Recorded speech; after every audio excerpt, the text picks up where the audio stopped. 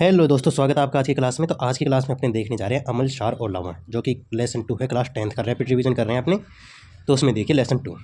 तो आज का जो पहला टॉपिक है अपने रहने वाला है इनका परिचय, अम्ल, क्षार और लवण का परिचय, ये होते क्या हैं। तो देखिए, अम्ल, क्षार और लवण का परिचय है वह पदार्थ जिसका स्वाद पानी में खट्टा होता है और नीले लिटमस को लाल कर देता है और क्षारकों को उदासीन कर देता है, उसको कहेंगे अपने अम्ल। यानी क्या क्या होगा, एक तो स्वाद में होगा खट्टा, और दूसरा नीले को करेगा लाल, लिटमस को, और तीसरा क्षारक को उदासीन करेगा, उसको कहेंगे अम्ल। ठीक है। यदि कोई किसी पदार्थ का जलीय घोल कड़वा होता है और लाल लिटमस को नीला कर देगा और एसिड को निष्क्रिय कर देगा, तो इसे कहेंगे क्षार। और नमक एक तटस्थ पदार्थ है जिसका जलीय घोल में लिटमस पर कोई प्रभाव नहीं पड़ता है। ठीक है। और तीसरी बात है कि अगर अम्ल और क्षार दोनों को मिला देंगे तो अपने पास प्राप्त होगा लवण। ठीक है। इसके बाद देखिए, अपने देखते हैं पदार्थों का वर्गीकरण। पदार्थों का वर्गीकरण अलग अलग तरीके से किया जाता है, जैसे संरचना के आधार पे तत्व, यौगिक और मिश्रण। अवस्था के आधार पे ठोस, तरल और गैस, ठोस, द्रव और गैस। घुलनशीलता के आधार पे निलंबन, कोलाइडी और समाधान। मिश्रण के प्रकार होते हैं सहजातीय और विषमांगी मिश्रण। यौगिक के प्रकार होते हैं सहसंयोजक यौगिक और आयनिक यौगिक। ठीक है। इसके बाद देखिए अम्ल और क्षार हैं क्या ये। तो देखिए, आयनीकरण और गैर आयनीकरण नियोज्य यौगिक। एक आयनीकृत यौगिक जब पानी में या उसकी घुली हुई अवस्था में घुल जाता है तो लगभग पूरी तरह से आयनों में वियोजित हो जाता है। इसके उदाहरण है जैसे कि NaCl हो गया, HCl हो गया या और KOH हो गया। और एक गैर आयनीकरण यौगिक पानी में या घुली हुई अवस्था में आयनों में वियोजित नहीं होता है, उसे अपने कहेंगे आयन में विभाजित नहीं हो रहा। जैसे Na है, NaCl है, ये आयन में विभाजित हो जाता है, किस में, Na+ में और Cl- में। तो ये हो गया आयनीकरण। ठीक है। और जैसे ग्लूकोज C6H12 और 6, इसको पानी में घोलने के बाद भी हमेशा यही रहेगा, इसका आयनों में इसको तोड़ा नहीं जा सकता, इसलिए इसे कहेंगे गैर आयनीकरण। ठीक है। इसके बाद देखिए अम्ल और क्षार। एसिड कोई भी हाइड्रोजन युक्त पदार्थ है, यानी अम्ल जो है कोई भी हाइड्रोजन युक्त पदार्थ है जिसमें H+ आयन होता है, जो किसी अन्य पदार्थ के प्रोटॉन या हाइड्रोजन आयन का दान करने में सक्षम है। क्षार एक अणु या आयन है जो किसी अम्ल में हाइड्रोजन आयन को स्वीकार करने में सक्षम है। अम्लीय पदार्थों की पहचान आमतौर पर खट्टे स्वाद से की जा सकती है। इस सिंपल सी बात ये कहना चाहता है कि अम्ल कोई सा भी ऐसा पदार्थ, जैसे HCl एक अम्ल है, इसके पास H+ होता है, ये इसको किसी को भी दे सकता है। ठीक है। और क्षार क्या है, जो H को किसी से भी लेने में सक्षम होता है। ठीक है, उसे हम कहेंगे क्षार। अब अगला है कि आर्हेनियस का अम्ल और क्षार सिद्धांत। आर्हेनियस एक वैज्ञानिक था जिसने इसका सिद्धांत दिया था कि अम्ल और क्षार होते क्या हैं, उसके बारे में तो अपने वो जानते हैं हम कई बार। ठीक है। इस सिद्धांत के अंतर्गत आर्हेनियस एसिड कौन से होते हैं, जो पानी में घुलने पर H+ आयन या फिर H3O+ आयन, हाइड्रोनियम आयन देने में के लिए वियोजित हो जाता है, टूट के H+ आयन देता है, उसे तो अम्ल कहेंगे आर्हेनियस के अनुसार। और बेस क्या होगा, पानी में घुलने पर OH- देगा, उसे अपनी बेस या क्षार कहेंगे। ठीक है। इसके बाद देखिए, इसके उदाहरण हैं एसिड के, देखो एक तो है HCl, H2SO4 और HNO3। ठीक है। और बाकी बेस के उदाहरण है NaOH, KOH और CaOH ट्वाइस। ठीक है, ये अपने हो गए बेस के उदाहरण। इसके बाद देखिए ब्रोंस्टेड लोरी थ्योरी। जैसे पहले आर्हेनियस के अनुसार अपने देखा क्या हुआ, जो H+ देता है वो अम्ल है और OH- देता है वो क्षार है। अब ब्रोंस्टेड लोरी की थ्योरी देखते हैं अपने। ठीक है। इसकी थ्योरी के अनुसार एसिड एक H+ आयन का दाता है और ब्रोस्टेड एक H+ आयन का स्वीकार करता है। आर्हेनियस क्या कहता है, H+ जो OH- देगा वो बेस होगा, लेकिन लोरी कहते हैं कि H+ को जो ग्रहण करेगा वो बेस होगा। ठीक है। इसके बाद देखिए, इसके उदाहरण देख लेते हैं अपने। जैसे कि ये उदाहरण है HCl + NH3, ये अमोनिया होता है। ठीक है। तो ये क्या करेंगे, ये जो H+ है ये इसको देगा, किसको देगा, N को देगा, तो ये बन जाएंगे NH4, ये बनेगा NH4 प्लस ये बनेगा Cl-। ठीक है। इसी तरह से और उदाहरण आप देख पा रहे होंगे स्क्रीन पे। अब आगे देखते हैं अपने अगला जो टॉपिक है वो है शारीरिक परीक्षण। अम्ल और क्षार का शारीरिक परीक्षण के द्वारा कैसे पता लगा सकते हैं कि अम्ल है या क्षार है। तो देखिए, अम्ल और क्षार की पहचान करने के लिए 2 संभावित शारीरिक परीक्षण अपने दिए गए हैं। देखिए कौन कौन से। पहला है स्वाद। स्वाद के आधार पर अम्ल और क्षार का पता कैसे लगाएंगे। अगर स्वाद में खट्टा है तो वो अम्ल होगा, और स्वाद में कड़वा है तो वो क्षार होगा। स्वाद की लेकिन इसको टेस्ट करने की सलाह नहीं दी जाती, क्योंकि यह अपने शरीर के अंदर जाके कोई गलत रिएक्शन भी कर सकता है, या दूषित या संसारक भी हो सकते हैं ये।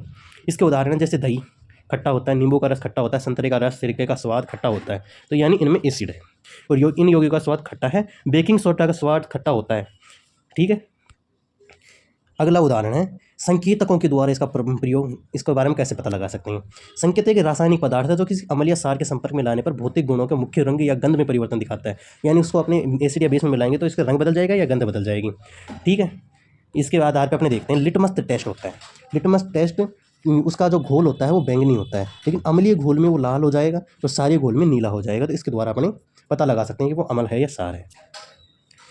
ठीक है, और ये लाल लिटमस और नीला लिटमस दो रूपों में प्राप्त होता है। एक कप पेपर के रूप में जब अपने मिलाते हैं तो ये लाल को जो नीला कर देगा वो तो होगा क्षार, और जो नीले को लाल कर देगा वो होगा अम्ल। ठीक है, मिथाइल ऑरेंज खुद नारंगी रंग का होता है, लेकिन अम्लीय रंग में लाल हो जाता है और बेस में पीला हो जाता है। फिनोल्फथेलिन जो होता है ये इसका खुद का कोई रंग नहीं होता, लेकिन अम्लीय रंग में इसका कोई रंग बदलता नहीं है, लेकिन सारे रंग में ये गुलाबी हो जाता है। ठीक है, इसके बाद देखिए इनकी अभिक्रियाएँ। प्रतिक्रियाओं को आप अभिक्रिया भी लिख सकते हैं। ठीक है, तो देखिए अभिक्रिया इनके बारे में। उदासीनीकरण प्रतिक्रिया तब होती है जब कोई अम्ल किसी सार के साथ अभिक्रिया करता है। अम्ल और पानी इस प्रतिक्रिया के अंतिम उत्पाद हैं। इस मानक दृष्टिकोण में एक एसिड बेस न्यूट्रलाइजेशन प्रतिक्रिया डबल प्रतिस्थापन प्रक्रिया के रूप में तैयार करते हैं। ये अब अपने देखते हैं अभिक्रिया के माध्यम से इसको समझेंगे। तो सबसे पहले है धातुओं के साथ अम्ल और क्षार की अभिक्रिया। कोई भी धातु है मेटल, उसकी एसिड या बेस के साथ अभिक्रिया करवाएंगे तो क्या होगा। तो देखिए इसकी जब हम अभिक्रिया करते हैं अम्ल धातु के साथ क्रिया करके नमक और हाइड्रोजन, यानी एक तो लवण बनेगा अपने पास और हाइड्रोजन गैस मुक्त होगी। ठीक है, क्षार धातुओं के साथ प्रतिक्रिया करते ही नहीं है। क्षार जो है धातुओं के साथ प्रतिक्रिया नहीं कर सकती। ठीक है, और हाइड्रोजन गैस का उत्पादन नहीं करते, क्योंकि एक अभिक्रिया नहीं कर रहे तो हाइड्रोजन गैस बन ही नहीं सकती। तो देखिए अम्ल जो है, कोई सा भी एसिड जो है वो धातु के साथ क्रिया करेगा तो बनेगा लवण प्लस हाइड्रोजन गैस। ठीक है, ये अपने देख चुके हैं। तो अब उदाहरण के रूप में देखते हैं अपने। देखो HCl जो है Mg के साथ क्रिया करता है, तो देखिए क्या होगा। इसका H प्लस आयन ये दे देगा, किसको देगा, Mg को दे देगा, और ये Mg और Cl आपस में जुड़ जाएंगे तो ये बन जाएगा MgCl, और ये H जो आयन था वो H2 के रूप में बाहर निकल जाएगा। ठीक है, लेकिन आगे देखिए NaOH जो कि एक बेस है, ये Zn के साथ क्रिया करेगा तो Na2ZnO2 बनेगा और H2 गैस यहाँ से मुक्त हो जाएगी। ठीक है, बाकी उदाहरण आप स्क्रीन पे देख पा रहे होंगे। अब आगे बढ़ते हैं। धातु कार्बोनेट और बाइकार्बोनेट के साथ एसिड की प्रतिक्रिया किस तरह से होगी। ठीक है, वो देखेंगे अपने। जब अम्ल धातु कार्बोनेट या धातु बाइकार्बोनेट के साथ प्रतिक्रिया करते हैं तो कार्बन डाइऑक्साइड साथ ही धातु लवण और पानी का उत्पादन करते हैं। जब सोडियम कार्बोनेट हाइड्रोक्लोरिक एसिड के साथ परस्पर क्रिया करता है तो सोडियम क्लोराइड, कार्बन डाइऑक्साइड और पानी बनते हैं। ठीक है, इसको अपने अभिक्रिया के रूप में समझते हैं।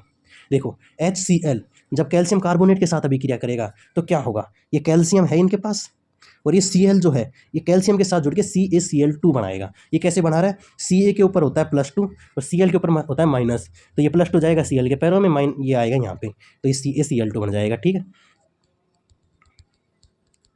और उसके साथ अपने पास क्या क्या बचा, देखो H बचा और O बचा, तो ये अपने H2O के रूप में निकल जाएगा, और एक CO2 गैस इसमें से निकल जाएगी।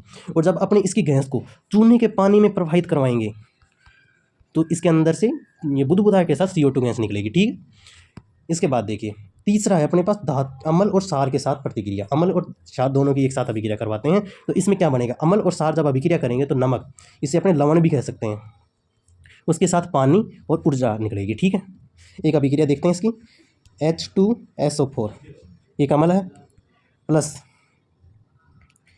MgO, ये एक क्षार हो गया। ठीक है, तो ये क्या बनेगा, ये बनेगा MgSO4 प्लस H2O, ये बन गया लवण और ये बन गया पानी। ठीक है, इसके बाद देखिए धातु ऑक्साइड की क्षारों के साथ अभिक्रिया। धातु ऑक्साइड यानी MO जो होगा उसकी क्षार के साथ अभिक्रिया करवाएंगे तो क्या होगा, देखो NaOH के अपनी धातु ऑक्साइड है, इसकी क्षार के किसी भी अधातु ऑक्साइड CO2 से क्रिया करवाते हैं तो क्या बनेगा Na2CO3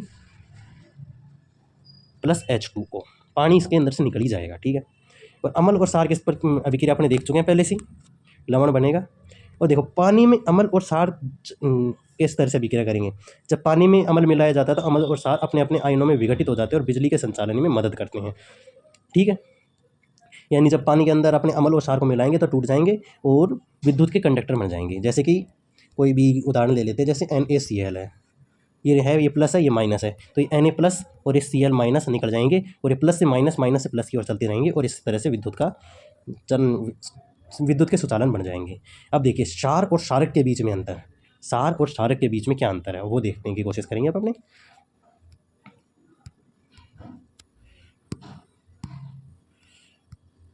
हाँ, तो देखिए क्षार यानी कि होता है बेसिक, या इसको क्षारक कहेंगे। सबसे पहले क्षारक अम्ल के साथ उदासीनीकरण अभिक्रिया से गुजरते हैं। वे धातु ऑक्साइड, धातु हाइड्रोक्साइड, धातु कार्बोनेट, धातु बाइकार्बोनेट के बने होते हैं और पानी में अघुलनशील होते हैं। ठीक है, उसके बाद है क्षार। क्षार किसी क्षार मुख्य रूप से धात्विक हाइड्रोक्साइड का एक जलीय घोल है, पानी में घुल जाता है, OH- आयन देने के लिए वियोजित हो जाता है। सभी क्षारक जो हैं वो क्षार हैं, लेकिन सभी क्षार क्षारक नहीं है। ठीक है, अब उसके बाद देखिए अपने पास है हाइड्रोनियम आयन। हाइड्रोनियम आयन होता क्या है उसके बारे में जानते हैं अपने। हाइड्रोनियम आयन तब बनता है जब एक हाइड्रोजन आयन पानी के अणु के ऑक्सीजन परमाणु से इलेक्ट्रॉनों की एक अकेली जोड़ी को स्वीकार करता है, जिससे एक समन्वय सह संयोजक बंध बनता है। इसको अपने उदाहरण से देखते हैं। हाइड्रोनियम आयन क्या होता है, देखो सीधी सी बात है, H3O, इसको हाइड्रोनियम आयन कहेंगे। ठीक है, इसकी आप संरचना देख पा रहे होंगे स्क्रीन में, ये जल है। ठीक है, जब इसके ऊपर एक हाइड्रोजन और जुड़ जाता है आके, तो इसे अपने हाइड्रोनियम आयन कहा जाता है। ठीक है, इसके बाद देखिए पतला करने की या तनुकरण करने, पतला करने की नहीं, तनुकरण करने की अभिक्रिया देखेंगे अपने। तनुकरण किसी घोल में अधिक विलायक, आमतौर पर पानी, मिलाकर उसकी सांद्रता को कम कर दिया जाता है। जैसे HCl अपने पास प्योर है, इसके अंदर अपने पानी मिला देंगे तो HCl की मात्रा कम हो जाएगी, यानी इसको अपने तनु कर रहे हैं, यानी कि पतला कर रहे हैं। ठीक है, यह अत्यधिक ऊष्माक्षेपी है। जब HCl में अपने पानी मिलाएंगे तो पानी ऊर्जा बहुत ज़्यादा निकलेगी, और इसे पतला करने के लिए एसिड को पानी में मिलाया जाना चाहिए, न कि इसके विपरीत। अगर एसिड को पानी में मिलाएंगे तो पानी नीचे के नीचे दब जाएगा, लेकिन अगर अपने एसिड के ऊपर से पानी डालेंगे तो पानी भाप बन के उड़ेगा, जिससे खतरनाक ज़्यादा साबित हो सकता है। ठीक है, इसके बाद देखिए अम्ल और क्षार की ताकत, इसे पावर भी कहा जा सकता है, और इसे निकाला जाता है pH के द्वारा। ठीक है, अभी pH होती क्या है अपने देखते हैं। देखो प्रबल अम्ल या क्षार क्या होते हैं। जब किसी अम्ल या क्षार के दी गई मात्रा सभी अणु अपने संबंधित आयन देने के लिए पानी में पूरी तरह अलग हो जाते हैं, तो अम्ल के लिए H+ और क्षार के लिए OH- होता है। ये आप छोड़ दीजिए। देखो इसके बारे में पता कैसे लगा सकते हैं, इसको अपने पता लगा सकते हैं pH के द्वारा। या अगर देखो इस चित्र के द्वारा अपने समझ पाएंगे, अगर किसी भी चीज़ की pH जो है 7 है तो वो होगा उदासीन, मतलब वो ना तो अम्लीय है ना है क्षारीय।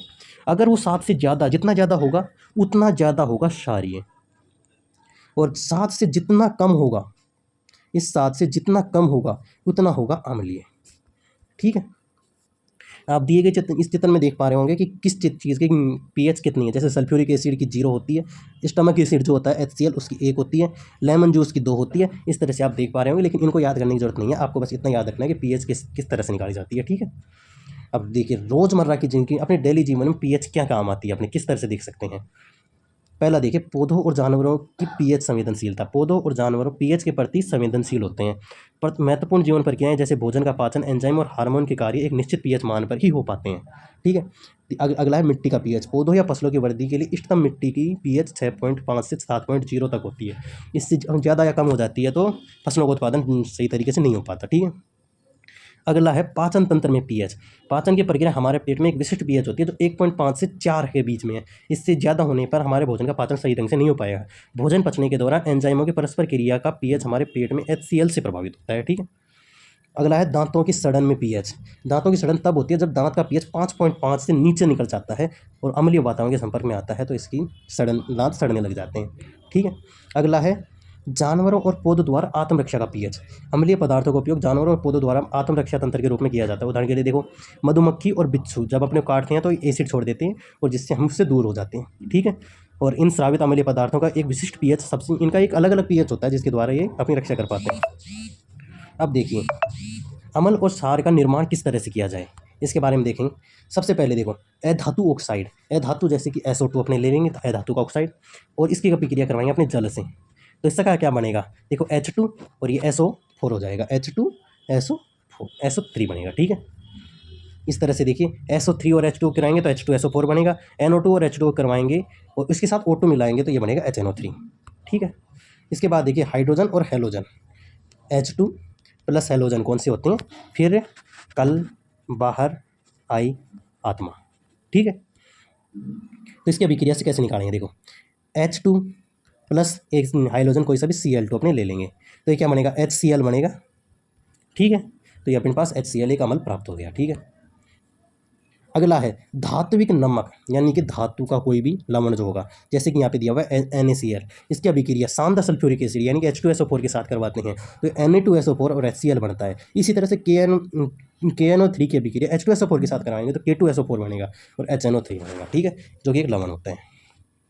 अगली है धातु और ऑक्सीजन की क्रिया करवाएंगे Na और O2 की अभिक्रिया करवाएंगे तो ये बनेगा Na2O।